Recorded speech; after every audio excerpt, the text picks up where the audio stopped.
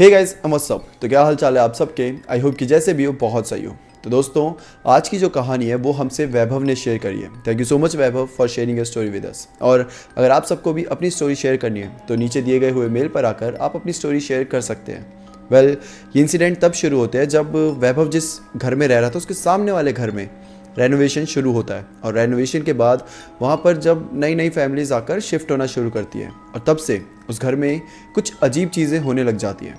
कुछ ऐसी चीज़ें जो बिल्कुल भी नॉर्मल नहीं थी और जो बहुत ज़्यादा डरावनी थी। तो अब हम स्टोरी को शुरू करते हैं। ये कहानी है भोपाल की गलियों में एक ऐसा घर भी था जो काफ़ी टाइम के लिए खाली पड़ा हुआ था। और ये घर वैभव के सामने वाला ही घर था, वैभव के घर के से सामने वाला घर। वहाँ पर एक बार की बात है कि एक शर्मा फैमिली आती है, ठीक है। और शर्मा फैमिली आती है और वो रेंट के लिए एक ऐसे ही घर ढूंढ रही थी जहाँ पर वो आराम से अपने बीवी बच्चों के साथ टिक सके। कई घरों को देखने के बाद फाइनली वो इस घर में आती है जो वैभव के सामने वाला घर था। वहाँ पे देखती है तो घर ना बाहर से काफ़ी पुराना लग रहा था, लेकिन जब वो अंदर जाती है तो अंदर से काफ़ी नया था, रेनोवेट करा गया था, अंदर से काफ़ी अच्छा पेंट करा गया था, फर्नीचर अच्छे अच्छे मतलब डाले गए थे, तो सब कुछ वहाँ पे अच्छा था। तो जो शर्मा जी होते हैं उनका नाम रहता है राहुल। तो जो राहुल होते हैं वो अब जो उन्हें लेकर आया था प्रॉपर्टी डीलर, उससे कहते हैं कि हाँ यार, घर तो काफ़ी अच्छा है और काफ़ी रेनोवेट भी करा गया है, लेकिन इसका प्राइस काफ़ी कम है, ऐसा क्यों। तो वो बोलता है भाई मुझे नहीं पता ये सब, अब ये तो आप सीधा ओनर से जाकर पूछो। ओनर ऊपर वाले फ्लोर में रहता था, तो ये जाते हैं ऊपर वाले फ्लोर में जाकर ओनर से मिलते हैं। राहुल ओनर से बोलता है कि सर आपका घर तो काफ़ी अच्छा है और मुझे मेरे पूरे परिवार को अच्छा लगा, बट आप हमें ये बताइए कि आपने इतना कम प्राइस क्यों रखा। मतलब हमने जितने घर देखे वो इससे कम ही अच्छे थे और प्राइस उनका काफ़ी ज़्यादा था।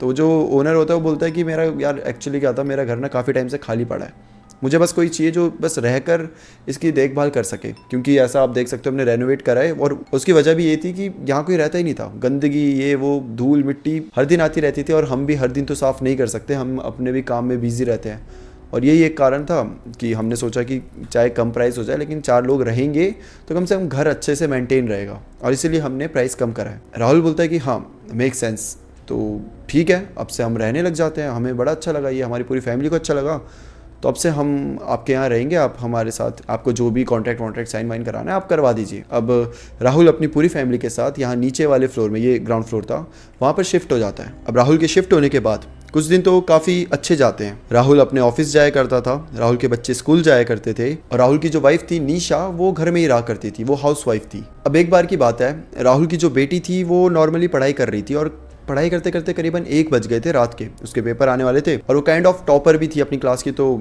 ज़्यादा ही पढ़ा करती थी। तो 1 बज गए थे, वो पढ़े जा रही है। 1 बजे उसे अचानक से जो किचन नहीं था, उनका जो किचन था, वहाँ से कुछ जलने की स्मेल आती है। अब जब उसे स्मेल आती है तो वो सोचती है कि भाई कहीं गैस लीक तो नहीं कर रही, या फिर कहीं हमने गैस ढंग से बंद ना करी हो, तो भागते हुए किचन की तरफ जाती है। जैसे किचन की तरफ पहुँचती है वो देखती है कि सब कुछ ठीक है, मतलब गैस बंद है, लीक भी नहीं कर रही, कुछ भी नहीं हो रहा, लेकिन अभी भी उसे ना वो स्मेल आई जा रही है। फिर वो थोड़ी नीचे की साइड झुककर वो चीज़ें हटाकर, मतलब जहाँ से वो पर्टिकुलरली जिस जगह से स्मेल आ रही थी उस साइड देखती है, तो वहाँ उसे कुछ धुआं दिखता है। तो वो थोड़ी हैरान हो जाती है कि कुछ जल तो नहीं गया यहाँ पर। अब वो हर जगह देख रही है, उसे समझ नहीं आ रहा।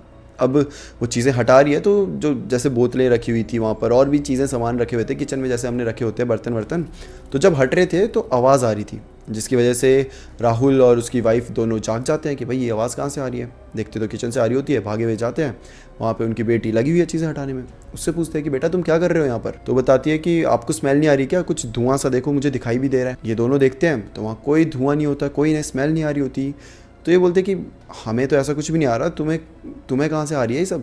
तो बोलती है अरे आ तो रही है, मतलब उसे अभी भी स्मेल आ रही है, और वो इन्हें कन्विंस कर रहे हैं कि आ तो रही है, ध्यान से मतलब फोकस करो, सूंघने की कोशिश करो, आ रही है। और वो दोनों बोल रहे हैं कि ऐसा कुछ भी नहीं है, तुम्हें पता नहीं क्या हो गया है, तुम उठो और चलो, फालतू में 1 बजे तुम जाग रही हो, जाके सो जाओ। वो कन्विंस करने की कोशिश भी कर रही है, अरे आपको क्यों समझ नहीं आ रहा, मतलब मुझे आ रही है स्मेल, और इतनी स्ट्रॉन्ग आ रही है कि एक्चुअली कुछ जल रहा है, सीरियस चीज़ भी हो सकती है, पूरे घर में आग लग सकती है। वो दोनों बोल रहे हैं कि ऐसा कुछ भी नहीं है भाई, तुम जाके सो जाओ, तुम पागल मत हो। और फिर राहुल से डांट वाट के भेज देता है। जब भेजता है तो एक बार फिर खुद भी चेक कर लेता है कि कहीं सही में वो सच तो नहीं बोल रही। सब कुछ चेक करके देखता है कि कुछ नहीं चल रहा, कोई स्मेल नहीं आ रही। तो वो दोनों भी वहाँ से चले जाते हैं।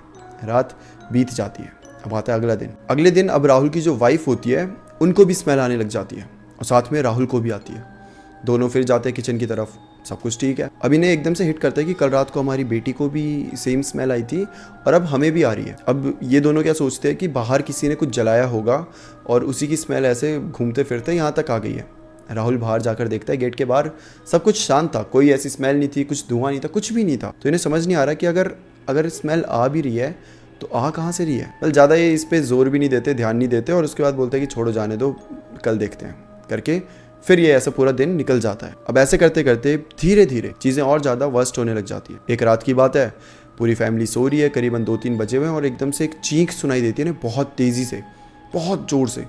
एकदम सब उठ जाते हैं, अचानक से उठ गए हैं, दिल की धड़कनें तेज़ हो गई है कि भाई ये क्या था, कुछ हो गया क्या, बाहर कोई लड़ गया या किसी को कुछ हो गया। मतलब ऐसा लग रहा था कि कोई बहुत दर्द में है। बाहर जाकर देखते तो पूरी गली शांत है, कोई बाहर नहीं आया, पूरी लाइट्स ऑफ है, सिर्फ वो जो स्ट्रीट लाइट्स होती है उसी की रोशनी आ रही है। मतलब ये बड़ी हैरानी की बात थी, क्योंकि इतने जोर से अगर चीखने की आवाज़ आती है ना तो अगल बगल वाले सब आ जाते हैं बालकनी में कि भाई क्या हो गया देखने के लिए, बट अभी कोई भी नहीं आया था, सब सो रहे हैं, सिर्फ शर्मा जी और उसका पूरा परिवार बाहर देख रहा है। अजीब बात थी।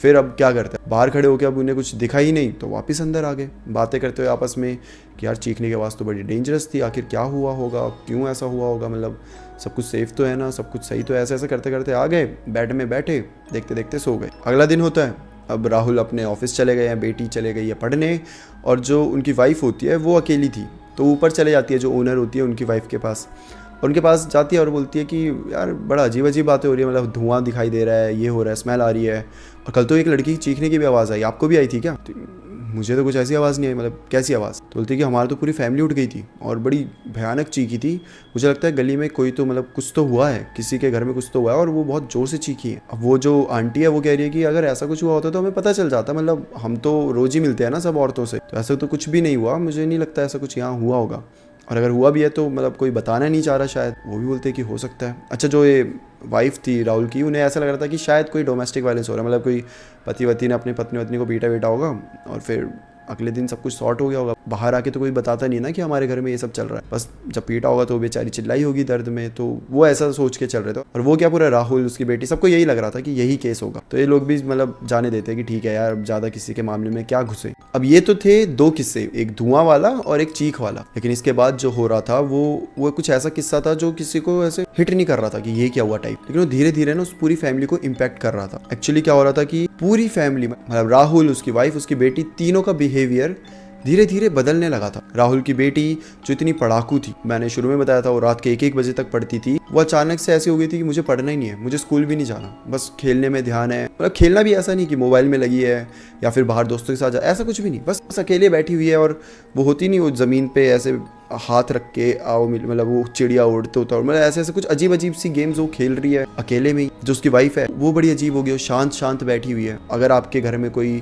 छोटी सी लड़की है और वो ऐसे ज़मीन में अकेले ही खेल रही है तो आप उसके पास जाओगे, बात करोगे, बेटा क्या हुआ, तू क्या कर रही है, अकेले कैसे खेल रही है, ये वो है ना, कुछ फ़र्क नहीं पड़ रहा। जो वाइफ है वो चुपचाप एक कोने में बैठी हुई है, दूसरे कोने में वो लड़की खेले जा रही है, और राहुल ये सब चीज़ें नोटिस कर रहा है कि आखिर ये क्या हो रहा है, मेरे घर में, मेरे घर के परिवार को क्या हो रहा है। ये सब बहुत अजीब बात है, क्योंकि देखने में बड़ा क्रीपी सा लग रहा था। बेटी से बात कर रहा है, बेटी सुनी नहीं रही, वो अपना खेलने में लगी हुई है। बीवी से बात कर रहा है कि आज का खाना क्या है, आज पूरे दिन क्या करा, और हमारी बेटी वहाँ अकेले कर रही है, तुम यहाँ क्या सोच रही हो बैठकर। बीवी कोई जवाब नहीं दे रही, कोई अलग ही दुनिया में खो चुकी है। राहुल को धीरे धीरे बड़ा अजीब लगने लगा था कि यार ये जो भी हो रहा है ना, नॉर्मल तो नहीं है। हम जब से इस घर में आए हैं तब से ये अजीब चीज़ें होने लग गई हमारे साथ। और राहुल दूसरों को क्या बोले, उसके खुद के बिहेवियर में चेंजेस आने लगे थे। राहुल बहुत ज़्यादा एग्रेसिव हो चुका था। मतलब राहुल पहले ऐसा था, इतना काम नेचर कि उसको हर जगह कॉम्प्लीमेंट्स मिलते थे कि भाई कि अगर नेचर हो तो राहुल जैसा हो, इतना काम, इतना अच्छे से सब चीज़ें हैंडल करने वाला इंसान। कॉर्पोरेट वर्ल्ड में तो भाई आपको जहाँ आपके सर पे हमेशा फ्रस्ट्रेशन हावी रहती है, वहाँ पे राहुल जैसा इंसान, उसे बहुत कॉम्प्लीमेंट्स मिलते थे। लेकिन अब राहुल अजीब हो गया था, अपने कोवर्कर से लड़ना, अपने जो जूनियर्स थे उनको डांटना, इनफैक्ट सीनियर्स तक से लड़ जाना, ये सारे चेंजेस राहुल के बिहेवियर में आ रहे थे और राहुल को ये सारी चीज़ें समझ भी आ रही थी। अब राहुल क्या करता है, अपनी बेटी के पास जाकर बैठ जाता है और उससे बात करने की कोशिश करता है कि बेटा तुम अकेले किसके साथ खेलते रहते हो, तुम मेरे साथ आकर खेलो, मैं तुम्हारे साथ खेलूंगा।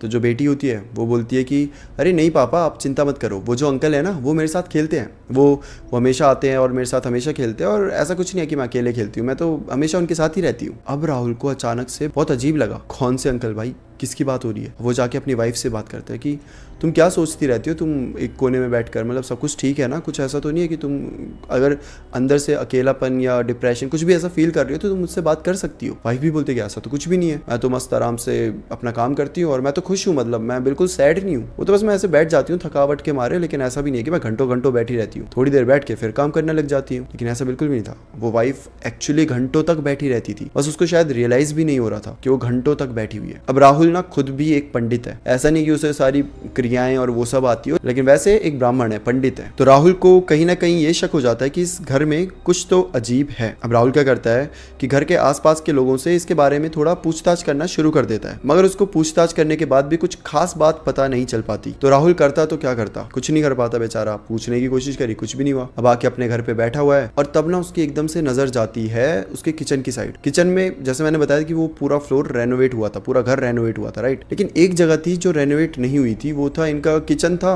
अच्छा, इनका मैं बताता हूँ, ये किचन है, इसके बगल में ना किचन में ही एक छोटा सा दरवाजा है। वो खोलो तो उसके अंदर कबाड़ वबाड़ चीजें रखी हुई है, मतलब बहुत बड़ा नहीं है, बहुत छोटा सा है, लेकिन वो रेनोवेट नहीं हुआ था। सब कुछ रेनोवेट था, दरवाजा तक रेनोवेट नहीं हुआ था। तो राहुल को पता नहीं क्यों अचानक से, ऐसा कुछ नहीं कि उसे कुछ दिखा हो या कुछ लगा, कुछ भी नहीं, बस वो जाके उस दरवाजे को खोलता है। जैसे उस दरवाजे को खोलता है, वो जो छोटी सी जगह थी उसमें उसे ना बहुत कुछ अजीब चीजें दिख जाती है। जो पहली चीज होती है, वो वहाँ पे ना कुछ तंत्र मंत्र जैसी सिंबल्स बने हुए थे, जैसे कि तांत्रिक क्रियाएं वहाँ पर करी गई हो। जैसे एक गोला बना हुआ है, उसके अंदर ऐसे ट्रायंगल बना हुआ है, और ट्रायंगल के बीच में ऐसे एक छोटा सा गोला और बना हुआ है। और ये सारी चीजें नॉर्मल नहीं थी, मतलब बहुत फेड हो चुके थे, वो ऐसा लग रहा था बहुत पहले बने हुए हैं, फेड हो चुके थे। राहुल जैसे उसे देखता है, राहुल को एकदम चीजें समझ आ जाती है कि कैसे मैं इस घर में आया, कैसे ये सारी चीजें मेरी जिंदगी में बदलने लग गई। मेरी क्या, मेरी पूरी फैमिली की जिंदगी अचानक से बदल गई। और उसका जो रीजन है वो ये है, जो उसके आंखों के सामने था, कुछ तंत्र मंत्र की क्रियाएं जो कि वहां पर काइंड ऑफ बनी हुई थी। अब राहुल उन सब चीजों को ध्यान से देख ही रहा था कि तभी राहुल को पीछे से हंसने की आवाज आती है। राहुल एकदम घबरा जाता है, क्योंकि पूरा फोकस उसका उसी चीज में कि क्या है ये वो, और अचानक से कोई हंस जाए तो एकदम डर जाता है। वो जैसे ही पीछे मुड़कर देखता है तो राहुल की जो वाइफ होती है वो पीछे खड़े होकर राहुल को देख रही होती है और हंस रही होती है, बड़े अजीब तरीके से हंस रही थी। राहुल बहुत ज्यादा घबरा जाता है अपनी वाइफ को देखकर, क्योंकि कहीं ना कहीं वो समझ जाता है कि इस समय जो हंस रहा है, जो मुझे देख रहा है, वो भले ही सामने मेरी वाइफ खड़ी है, बट उसके अंदर कुछ और ही है। अब राहुल डिसाइड करता है कि अब बहुत हुआ भाई, मैं अपनी फैमिली को लेकर यहाँ से शिफ्ट हो जाऊंगा, यहाँ तो बिल्कुल नहीं रहूंगा। और अगली सुबह, मतलब ये काइंड ऑफ रात हो चुकी थी, तो अब रात को तो ये सब चीजें नहीं कर सकते, शिफ्टिंग एंड ऑल। तो अगली सुबह टैक्सी बाहर खड़ी हुई है, राहुल ने अपनी बेटी को पकड़ा हुआ है और उस साइड अपनी वाइफ को बोल रहा है कि जल्दी जल्दी चलते हैं। जैसे ही वो ये बोलता है, उसकी वाइफ एकदम गुस्से में बोलने लग जाती है कि मैं कहीं नहीं जाऊंगी, ये घर मेरा है और मैं यहीं रहूंगी, और बहुत गुस्से में बोल रही है। राहुल को कुछ समझ नहीं आ रहा। राहुल को इतना तो पता था कि इसके अंदर कुछ तो है, मतलब कुछ और आत्मा या जो भी है, और वही इससे ये सब करवा रही है। राहुल पकड़ता है अपनी वाइफ का हाथ और हनुमान चालीसा पढ़ते पढ़ते ले चलता है सीधा घर के बाहर। जैसे घर के बाहर आते हैं, टैक्सी में बैठते हैं, अपना सामान अपनी चीजें सब वहीं छोड़ दिया है, और राहुल, उसकी वाइफ और उसकी बेटी टैक्सी में बैठे और वहां से निकल लिए। और उसके बाद राहुल वहाँ कभी वापस ही नहीं आया। सारा सामान वहाँ वैसे ही पड़ा हुआ था। जो ओनर थे उनको भी कुछ समझ नहीं आया हुआ क्या। करीबन उन्होंने 1 हफ्ते तक वेट करा कि वो अब आएगा, कॉल नहीं उठा रहा, मैसेज का जवाब नहीं, कुछ नहीं कर रहा, बस चाबी वाबी वहीं छोड़कर चले गया और अपना सामान भी। ओनर ने भी करीबन 7 दिन तक वेट करा, लेकिन जब राहुल का कोई अता पता नहीं, कुछ नहीं, तो उन्होंने उसका पूरा सामान वहाँ से फिकवा दिया। अब नीचे का फ्लोर एक बार फिर से खाली हो चुका था। और फिर कुछ हफ्तों बाद एक और फैमिली आती है, जो कि सेम राहुल, जो शर्मा जी फैमिली थी, उसी की तरह इस घर तक पहुंच जाती है। एक प्रॉपर्टी डीलर उन्हें यहाँ लेकर आता है, वो पूरा घर देखती है, कलर अच्छे, अंदर से फर्नीचर अच्छा, सब कुछ अच्छा, वो भी यहाँ रहने का डिसाइड कर देती है। ये फैमिली थी मिश्रा फैमिली। अब इस फैमिली में उनकी वाइफ कल्पना थी और उनकी बेटी थी 10 साल की सोनल। ये तीनों आते हैं और इस ग्राउंड फ्लोर में शिफ्ट हो जाते हैं। रात को लगभग 12 बजे मिश्रा जी की नींद एक हल्के नॉक से खुलती है, जैसे किसी ने बेडरूम के दरवाजे पर उंगली से हल्की सी ठक ठक करी हो। वो सोचते हैं कि शायद कल्पना होगी, लेकिन जब उठकर देखते हैं तो कल्पना तो बगल में ही सो रही थी। थोड़ी देर बाद वो आवाज फिर से आती है। इस बार दरवाजे के नीचे से काली सी परछाई दिखती है, जैसे कि कोई बाहर खड़ा होगा। मिश्रा जी जाते हैं, दरवाजा खोलते हैं, लेकिन जैसे दरवाजा खुलता है बाहर कुछ भी नहीं होता। उनको लगता है कि शायद थकान की वजह से ये सब वहम हो रहा है, और वो एक बार फिर से जाकर सो जाते हैं। अगले दिन दोपहर के समय कल्पना अपना काम कर रही थी, तभी उनके कानों में उनकी बेटी की आवाज़ आती है। वो जाकर देखती है तो सोनल अपने कमरे में खुद से बातें कर रही थी। कल्पना ने पूछा कि बेटा किससे बात कर रही हो? सोनल कल्पना की तरफ देखकर मुस्कुराकर जवाब देती है कि यहाँ पर एक दीदी रहती है, उनका नाम काव्या है, और उनका कहना है कि वो काफी समय से इस घर पे रह रही है। कल्पना भी उसकी बातों पे हंसती है कि अच्छा, तो दीदी को बोलो कि अब यहाँ पे हम रहते हैं, और ये बोलकर कल्पना चली जाती है। अब रात हो जाती है। रवि, कल्पना, उसकी बेटी सब सो रहे होते हैं। कि अचानक से रवि की नींद खुल जाती है क्योंकि उसका तकिया ना एकदम गीला हो गया था, उसे फील हो रहा था, इतना गीला कि ऐसा मानो कि उसे ऐसा करो ना तो उस पानी निचोड़ जाए पूरा। वो फ्लैश लाइट ऑन करके तकिए को देखता है तो एकदम हैरान हो जाता है क्योंकि तकिया एकदम लाल हो चुका था। दरअसल वो गीला पानी की वजह से नहीं बल्कि खून की वजह से था। रवि चिल्ला देता है, कल्पना को उठा देता है। कल्पना भी उठती है कि क्या हो गया करके। रवि बोलता है कि तकिए को देख, तकिया पे खून है पूरा। कल्पना देखती है तो ऐसा कुछ भी नहीं था, एकदम सही था और कोई गीला भी नहीं था, बिल्कुल नॉर्मल सूखा हुआ। कल्पना बोलती है कि तुम पागल वागल हो गए क्या, रात को भी सपना अपना देख लिया होगा और उसकी वजह से तुम्हें ऐसा लग रहा है, सब कुछ ठीक है, तुम सो जाओ। लेकिन रवि, जिसने पिछली बार याद है नॉकिंग की आवाज सुनी थी और तब उसने ऐसे इग्नोर कर दिया था कि वहम होगा, अगली रात को ये सब हो रहा है तो अब वो इग्नोर नहीं कर रहा, उसे लग रहा है कि कुछ तो गलत है। मतलब 2 रात को 2 अलग अलग चीजें, भाई इतना रियलिस्टिक तो नहीं हो सकती। अब इग्नोर ना भी करे तो क्या ही कर सकता है, तो वो बस ऐसे लेटा हुआ है कि तभी उसे ना ऐसे किसी बच्चे की गुनगुनाने की आवाज आ जाती है। रवि वापस उठता है, अपनी बेटी को देखता है तो बेटी तो सो रही है। अगर बेटी सो रही है तो इतनी रात को किसी बच्ची की गुनगुनाने की आवाज रवि के कानों तक कैसे आ रही। रवि को बड़ा अजीब लगता है कि घर में दूसरी बच्ची कहाँ से आई। वो उठकर जाकर चेक करने की कोशिश करता है कि तभी रवि की जो बेटी होती है सोनल, वो एकदम उठ जाती है और रवि को ऐसे रोक लेती है, उसका हाथ पकड़ लेती है और बोलती है कि पापा वो ना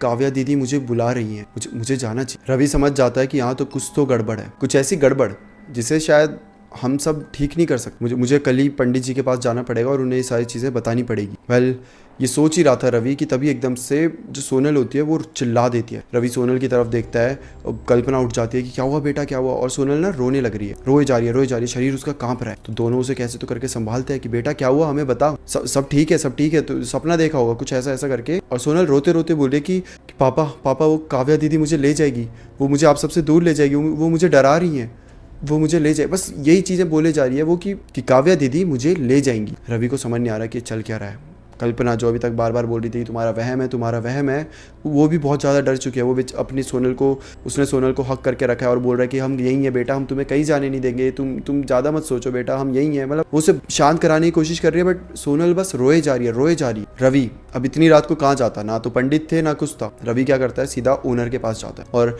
वो तो ऊपर वाली बिल्डिंग में रह रहे थे, तो जाता है, जोर जोर से खटखटाने लग जाता है। ओनर बाहर निकलता है कि क्या हो गया इतनी रात को, मतलब क्यों हल्ला मचा रहे हो। तो रवि बहुत जोर से और गुस्से में बोलता है कि क्या सीन है, मेरी बच्ची वहाँ डरी हुई है और मैं देख रहा हूँ कि नीचे बहुत कुछ हो रहा है, मुझे बताओ ढंग से कि चल क्या रहा है, आखिर क्या छुपा के रखा है नीचे तुमने, क्या है ऐसा नीचे। तो ओनर भी ऐसे खुंदस में बोल देता है कि अरे कुछ नहीं है नीचे, तुम पागल वागल हो रहे हो क्या, जाके सो जाओ चुपचाप, और अगर तुम्हें इतनी दिक्कत आ रही है तो जाके दूसरा घर ढूंढ लो, यहाँ फालतू में हल्ला मत मचाओ। रवि गुस्से में फिर बोलता है कि अच्छा अब मैं सीधा पुलिस के पास जाऊंगा और उन्हें बताऊंगा कि कैसे तुम सबको परेशान करते हो, तुम रुको मैं तुम्हें बताता हूँ। अब जैसे यहाँ पुलिस की बात आ जाती है तो ओनर उसे रोक देते क्या, जब सुनो पुलिस के पास जाने की जरूरत नहीं है, फालतू में बात का बतंगड़ क्यों बनाना है। अब रवि ओनर को सारी चीज़ें बताता है कि मुझे ऐसी चीज़ें दिखाई दी थी, मुझे सुनाई दी, मेरी बेटी को भी यहाँ काव्या नाम की कोई लड़की है, वो मतलब उससे बातें करती है, उसे दिखाई देती है, चल क्या रहा है ये सब। और फिर वो सब एकदम ऐसे शांति से बैठते हैं। ओनर की बॉडी लैंग्वेज काफ़ी डरी हुई लग रही थी, मतलब लग रहा था कि हाँ उसे सब कुछ पता है। ओनर आराम से रवि को अंदर लेकर जाता है, बोलता है अब देखो जो मैं तुम्हें बताने वाला हूँ प्लीज़ वो किसी को मत बताना, इसमें हमारी कोई गलती नहीं है, हमारा कुछ लेना देना नहीं है। दरअसल हकीकत ये है कि तुमसे पहले यहाँ शर्मा परिवार रहता था और उनके साथ भी कुछ ऐसा ही हुआ था और वो भी एक दिन ऐसे ही छोड़कर चले गए थे और ये एक्चुअली हुआ था उस कपल की वजह से। रवि बोलता है कि कौन सा कपल, क्या मतलब। तो फिर जो ओनर होते हैं वो बताते हैं कि दरअसल यहाँ पर एक कपल रहा करता, सुशील भारद्वाज और उनकी पत्नी वंदना। बाहर से सिंपल दिखते थे लेकिन रात के अंधेरे में उनका असली रूप अलग ही था। उनकी शादी को 7 साल हो गए थे लेकिन कोई बच्चा नहीं हो पा रहा था। पहले डॉक्टर के पास गए, फिर तांत्रिकों के पास गए, फिर वो दोनों खुद ही तांत्रिक बन गए और इस गली में हर कोई इंक्लूडिंग अस इन सारी चीज़ों से अनजान था क्योंकि ये रात को ही ये सारी चीज़ें करते थे। हमें तो लगता था कि नॉर्मल से प्यारे से कपल है, हमें नहीं पता था कि रात को ऐसे तांत्रिक विधियां और ये सब चीज़ें ट्राई करते हैं। अच्छा एक बार की बात है कि ये अचानक से आते हैं और अपने साथ एक छोटी सी बच्ची ले आते हैं, 4 साल की बच्ची थी। सब गली वाले उनसे पूछते हैं तो बताते हैं कि कैसे उन्होंने इस बच्ची को अडॉप्ट कर लिया और अब से वो इसे माँ बाप की तरह रखेंगे, इसे प्यार से पालेंगे। गली वाले भी खुश थे कि चलो बेचारों को कम से कम संतान तो मिली, भले ही अपनी ना हो लेकिन उन्होंने अडॉप्ट करा है, अपनी ही जैसी समझो, और अब वो भी खुश रहेंगे और वो बेचारी जिसे अडॉप्ट करा है वो भी खुश रहेगी। लेकिन असलियत बहुत ज़्यादा डरावनी थी। दरअसल वो दोनों इस 4 साल की बच्ची को पालने के लिए नहीं, वो इस 4 साल की बच्ची की बलि देने वाले। अचानक से ये जो लड़की होती है गायब हो जाती है। गली वालों ने भी नोटिस किया कि अब ये दोनों कपल कहीं बाहर जा रहे हैं, घर में ताला वाला लगा रहे हैं लेकिन साथ में वो बच्ची नहीं है, आ भी रहे हैं और सुबह जाते थे रात को आते थे। या तो इन्होंने बच्ची को अंदर ही रखा हुआ है और वो बंद है, लेकिन बंद भी नहीं हो सकती ना, क्योंकि ऊपर तो ओनर ही रह रहे हैं, तो उन्हें तो पता चल ही जाता अगर नीचे रह रही है बच्ची तो। और अगर अंदर नहीं है तो बाहर ये दोनों अकेले गए हैं, तो बच्ची है तो है कहाँ। गली वाले भी इनसे पूछते हैं कि अरे तुम्हारी बेटी कहाँ गई, तो वो पहले ना ये सारी बातें इग्नोर करते हैं कि हाँ ऐसी, मतलब ऐसी फालतू की हवा हवा में उड़ा देते। कभी बोलते थे अरे कहीं नहीं घर के अंदर है, कभी बोलते कि अरे दोस्त के पास है, हमने वहाँ छोड़ दिया था, एक्चुअली आज हमें अर्जेंटली कहीं जाना था तो दोस्त के पास ही हमने छोड़ दिया। और ऐसे ऐसे करके इन्होंने टालने की बड़ी कोशिश करी और फिर एक दिन ये दोनों इस घर को छोड़कर चले जाते, कोई आता नहीं, कोई पता नहीं कुछ। अब ये कपल तो गायब हो गया, लेकिन अब नीचे वाले फ्लोर से बहुत ज़्यादा बदबू आने लगी, इतनी कि बर्दाश्त से बाहर होने लगी। और फिर जो ऊपर ओनर्स रह रहे थे वो लोगों को बुलाते हैं, साफ सफाई करवाते हैं। और जब साफ सफाई करते हैं तो साफ सफाई करने वाले लोगों को क्या दिखता है कि किचन के अंदर जो वो गेट था उसके अंदर एक बॉडी पड़ी हुई थी, एक 4 साल के बच्ची की बॉडी। और ये बच्ची वही थी जिसे इस कपल ने अडॉप्ट करा हुआ था। जैसे ये बात ओनर्स को पता चलती है वो पागल हो जाते हैं, क्योंकि कत्ल करने वाले गायब है और उनके घर में एक बॉडी थी, लिटरली एक बॉडी। ओनर्स क्या करते हैं, जो ये 2-3 थे लोग जो साफ सफाई कर रहे थे, बेचारे लेबर वर्क पे लेकर आए थे, तो क्या करते हैं कि इन्हें ना बहुत सारा पैसा दे देते हैं और बोलते हैं कि तुम ये चीज़ें किसी को नहीं बताओ, अगर बताओगे तो पैसे वापस ले लेंगे। वो भी बोल देते हैं कि ठीक है, हमें तो पैसे मिल गए, हम क्या ही बताएं, कुछ नहीं करेंगे, हम चले जाएंगे यहाँ से। उसके बाद वो लोग वहाँ से चले जाते हैं। अब ये लेबर जो होते हैं, 3 लेबर थे, ये खुद तो जाते हैं, साथ में बॉडी भी लेकर चले जाते हैं और फिर उसको कहीं तो दफना के आ जाते हैं। और फिर ओनर क्या करता है कि पूरे जो नीचे का ग्राउंड फ्लोर था उसका पूरा रेनोवेशन कर देता है, यहाँ वहाँ फर्नीचर लगा दिए, पूरा अच्छे से चमका दिया घर, और मतलब ऐसा कर दिया कि यहाँ तो कुछ हुआ ही नहीं। और इस चीज़ के बारे में किसी को पता भी नहीं चलता।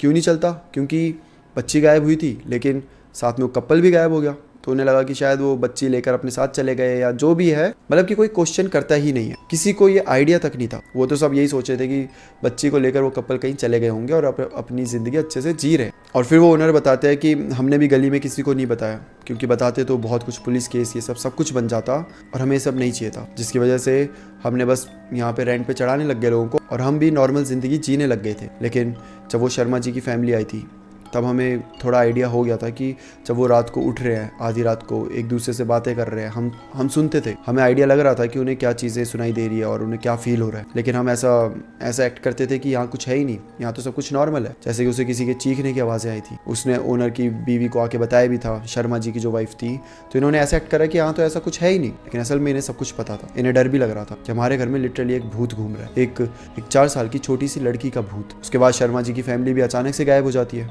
तो ये समझ जाते हैं कि वो बस भाग गया डर के मारे। तो ये भी ऐसा कुछ ज़्यादा बताते नहीं है। उसके बाद रहने ये वाली फैमिली आती है और इनके साथ भी फिर सेम चीज़ें होना शुरू हो जाती है। अब ओनर रवि को बोलता है कि प्लीज़ हमने आपको सब कुछ सच बता दिया है और हम आपसे बस यही चाहेंगे कि आप प्लीज़ ये चीज़ें किसी को बताना मत। आप चाहो तो आप अपने सारे पैसे वापस ले लो, आप दूसरे घर में रहने लग जाओ, हमें कोई दिक्कत नहीं है, बट हमें पुलिस के चक्कर नहीं काटने, हमारे इसमें कोई गलती नहीं है। जो भी गलती है वो उन दो इंसानों की है जो यहाँ पर रहने आए थे, हमारी कोई गलती नहीं है। तो प्लीज़ हमें इसकी सज़ा मत दो। हमने घर बहुत मेहनत से बनाया और हम नहीं चाहते कि इस घर के ऊपर ऐसे दाग लग जाए कि यहाँ भूत रहता है, यहाँ पे कत्ल हुआ है, यहाँ पे मर्डर हुआ, मतलब हम ये चीज़ें नहीं चाहते। रवि भी इनसे कुछ खास बोलता नहीं है, बस बोलता है कि मैं अगले दिन अपनी फैमिली को लेकर चला जाऊंगा और उसके बाद मैं यहाँ वापस कभी नहीं आऊँगा। वो अपने पैसे वापस ले लेता है, पूरे जो महीने के उसने एडवांस पे करे थे सब वापस लेकर अगले दिन अपनी फैमिली को यहाँ से लेकर चला जाता है। और उसके बाद से आज तक इस घर का जो ग्राउंड फ्लोर है वो खाली पड़ा हुआ है। करीबन 4-5 साल हो चुके हैं इस बात को, 4-5 साल से ये पूरा ग्राउंड फ्लोर खाली पड़ा हुआ है। अब तो कोई प्रॉपर्टी डीलर भी घर दिखाने नहीं लाता। शायद ऐसा हो सकता है कि जो ओनर्स है उन्होंने खुद मना कर दिया है प्रॉपर्टी डीलर्स को कि यहाँ पे अब ये रेंट पे नहीं चढ़ सकता, यहाँ किसी को मत लाया करो। बट जो भी हो, आज भी उस ग्राउंड फ्लोर में काव्या की आत्मा कैद है और अगर कोई गलती से वहाँ रहने जाएगा, काव्या की आत्मा उसे ज़रूर मिलेगी। That's it for today. फिर मिलते हैं किसी और टॉपिक के साथ, तब तक के लिए bye bye and take care.